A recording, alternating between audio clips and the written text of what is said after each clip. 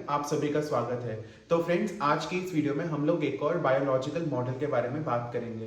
तो ये जो बायोलॉजिकल मॉडल है ये बेस्ड है ह्यूमन एम्ब्रियो की डेवलपमेंटल स्टेजेस के ऊपर।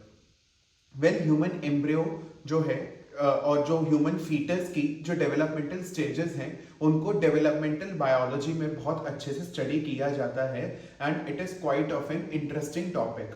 तो इसी के ऊपर बेस्ड आज हम आपके लिए एक मॉडल लेकर आए हैं which is the human embryo development model. तो इस मॉडल में आपको जो brief and most important stages हैं human embryo and followed by foetus development की वो अच्छे से शो की गई हैं। तो हम थोड़ा समझते हैं कि एक्चुअली ये जो डेवलपमेंट है ये कैसे टेक प्लेस करती है through a diagram which is very elaborately shown here. तो यहाँ पर सबसे पहले इन द फर्स्ट इमेज आप देख सकते हैं वी हैव एन oocyte। तो oocyte क्या होता है? ओवम जो कि जो ओवरी है उससे रिलीज होगा एंड उसके बाद फर्टिलाइजेशन टेक प्लेस करेगा when sperms will come and fertilize the oocyte या ओव्यूल को जब वो फर्टिलाइज करेंगे एंड आफ्टर द फर्टिलाइजेशन जब जाइगोट फॉर्म होता है, जाइगोट फॉर्म होने के बाद ही हमारी जो डेवलपमेंटल स्टेजेस हैं वो स्टार्ट हो जाती हैं। Well these developmental stages takes place for a span of 9 months, लेकिन जो इनिशियल डेवलपमेंटल स्टेजेस हैं उनको स्टडी करना एक बहुत इंपॉर्टेंट टास्क है और आज हम वही करने वाले हैं। उनको बहुत इलैबोरेटली स्टडी भी किया जाता है। तो सबसे पहले जब जाइगोट फॉर्म होता है, zygote develops into a 2-celled stage. तो जाइगोट इज अ 1 cell जो कि डिप्लॉयड होता है and after that it divides by mitosis. अब यहाँ पर जो अपना जब फर्टिलाइजेशन के बाद जितनी भी स्टेजेस होंगी और जितने भी सेल्स डेवलप होंगे they will divide by mitosis only, because हमारे जो सेल्स जो ग्रोथ करते हैं तो because it is a process of growth तो इसीलिए माइटोसिस ही प्रेफर करते हैं सेल्स। तो आप देख सकते हैं कि जाइगोट के बाद जो पहली स्टेज बनेगी by mitosis will be the 2-cell stage. 2-cell stage के बाद हमारी बनती है 4-cell stage, then 8 and 16।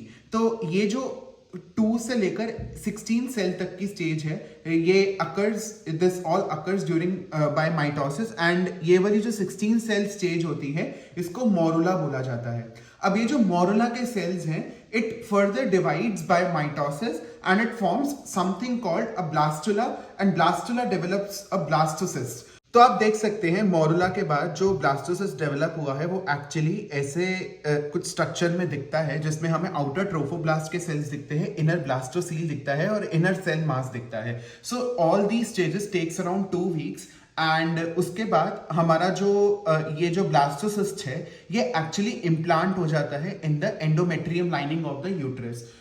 Uterus की 3 लाइनिंग्स होती हैं, perimetrium, myometrium and endometrium. And endometrium lining जो है इट इज डेवलप्ड ताकि वो जो हमारा ब्लास्टोसील है उसको रिसीव कर सके एंड वहां पे एम्ब्रियो डेवलपमेंट जो है वो फर्दर टेक प्लेस कर सके। अब यहाँ जो इनर सेल मास है जैसे ही ये इम्प्लांट होता है it starts developing into embryo. तो जैसे आप देख सकते हैं 7 स्टेज लिखी है कि एम्ब्रियो हैचेस यानी कि एम्ब्रियो डेवलपमेंट शुरू हो चुकी है पोस्ट इम्प्लांटेशन एंड हमारा जो एम्ब्रियो के डेवलपमेंट की स्टेजेस हैं वो इसके बाद जो है वो शुरू होती हैं। तो आप यहाँ पर इस डायग्राम में ये भी देख सकते हैं कि कौन सी स्टेज कौन से पार्ट में जो है वो टेक प्लेस कर रही है।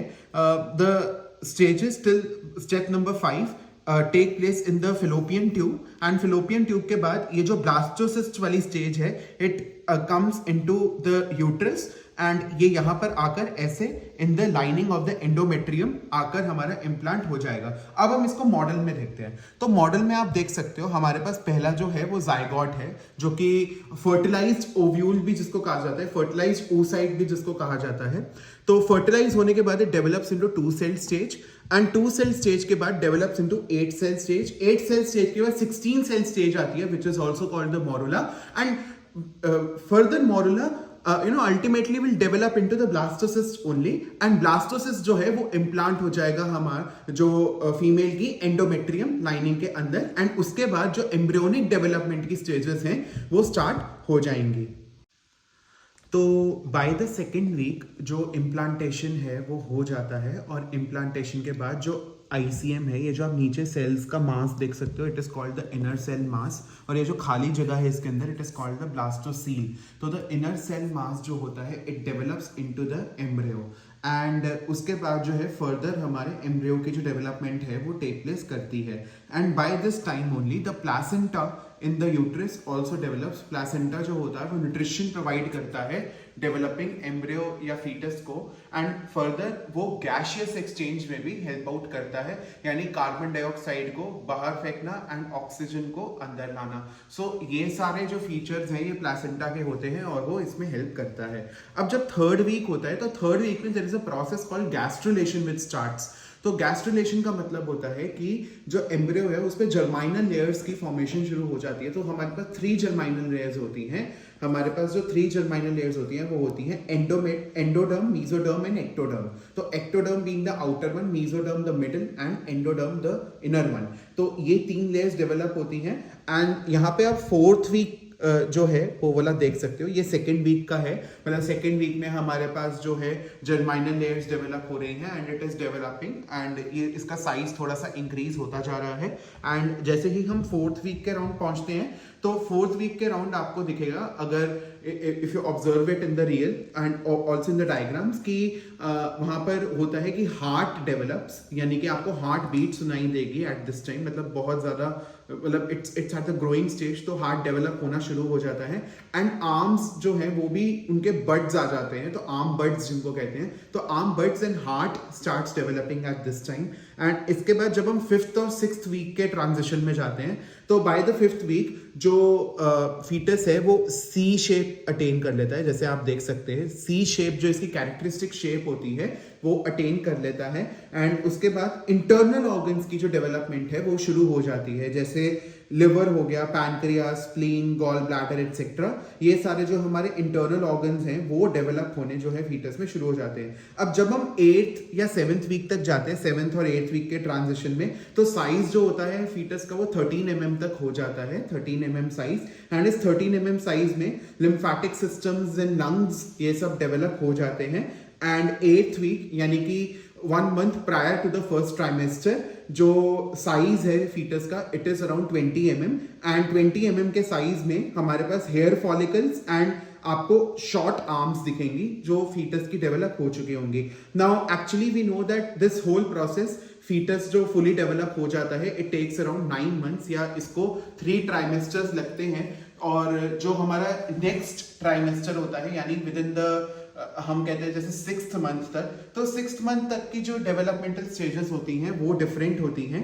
उसमें हमारे पास जो जेनाइटल्स हैं वो विजिबल हो जाते हैं एंड हेयर फॉलिकल्स डेवलप हो जाते हैं। Fetus develops hair around it and वो मूव भी करना शुरू कर देता है into the uterus. And by the 9th month या जो 3rd ट्राइमेस्टर होता है, जो लास्ट के 3 months होते हैं, उनमें फीटस जो है वो फुली डेवलप हो जाता है with its internal organs. And by the 9th month it is actually as a baby it is ready to come into this beautiful world. So ऐसे करके हमारे जो 9 months की stages हैं वो take place करती हैं। and जो initial stages हैं वो ऐसे आपका जो cell division के through, मतलब zygote के बाद जो fetus तक के बनने की stages हैं वो ऐसे depict की जाती हैं। and इसको हमने बहुत अच्छे से समझा इस ओम लैब्स के द्वारा प्रोवाइड करवाए गए ह्यूमन एम्ब्रियो डेवलपमेंट के मॉडल की मदद से। तो इस मॉडल के रिगार्डिंग आपकी कोई भी क्वेरी हो आप दी गई मेल आईडी पर हमें संपर्क कर सकते हैं। ऐसे ही और इन्फॉर्मेटिव वीडियोस के लिए हमारे चैनल ओम लैब्स बायोलॉजी को लाइक, शेयर एंड सब्सक्राइब जरूर कीजिएगा। Thank you so much.